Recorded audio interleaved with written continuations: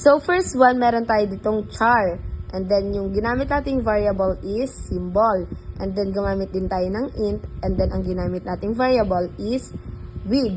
So, bakit nga ba tayo gumamit ng char? Gumamit tayo ng char kasi, dito sa part na to, tinatanong hihingi tayo sa user na mag-input siya ng character. Kaya tayo gumamit ng char.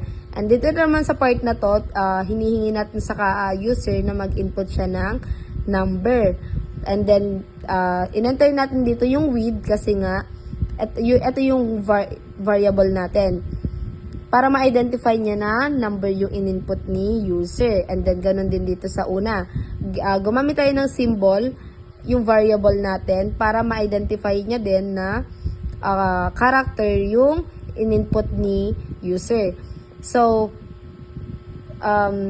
paano pag dito sa sa hinihingi nating enter a character, nag-enter si user ng number? Syempre, magiging error yon. Ito na ang lalabas kapag error, please enter an odd number. And then, tatanungin nyo ulit yung enter a maximum with must be an odd number. Ganon din ang mangyayari pag nag-enter ka ng even number. Ito din ang tatanungin niya. And then, sa part na to naman, dito sa for loop, dito sa sa parang unang taas ng diamond natin, gumamit tayo dito ng for loop. So, int, gumamit din tayo ay int, I is equal to 0, and then ito, dito sa semicolon, ini-indicate ng program natin na dito na mag-e-end yung statement natin.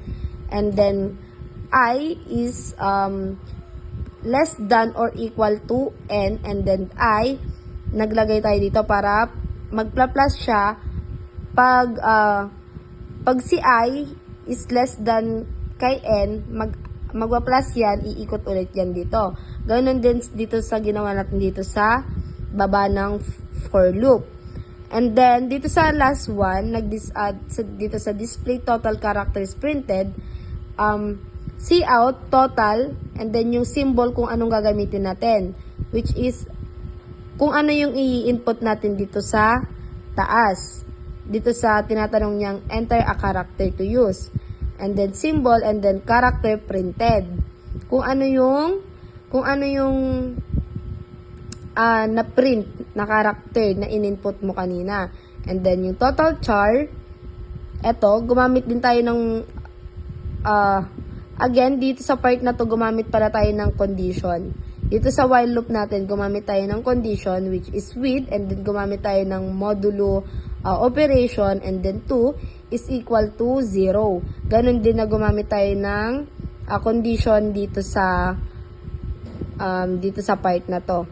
And then, return 0. So, pag nirun natin yan,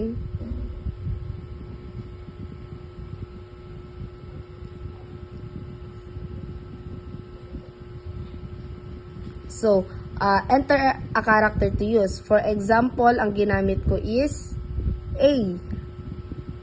And then, enter a maximum with must be an odd number. So, ano nga ba ang odd number natin? Meron tayong 3, 5, 7, and 9.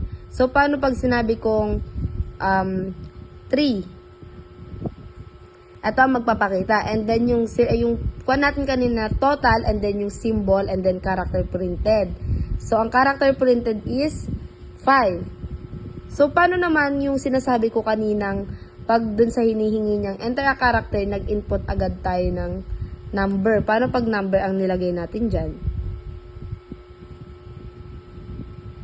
And then, ang lalagay natin dito is even number. Ano ba ang even number? 2, 4, 6, 8. Paano pag 8 nilagay ko? Sasabihin yan, error. Please enter an odd number. So, pag nag-enter tayo ng odd number ulit, for example, is 9, magpre-printed yan ngayon ng pa-diamond.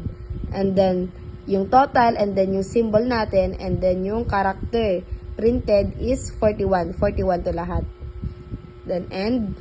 Then, yun lang po. Thank you.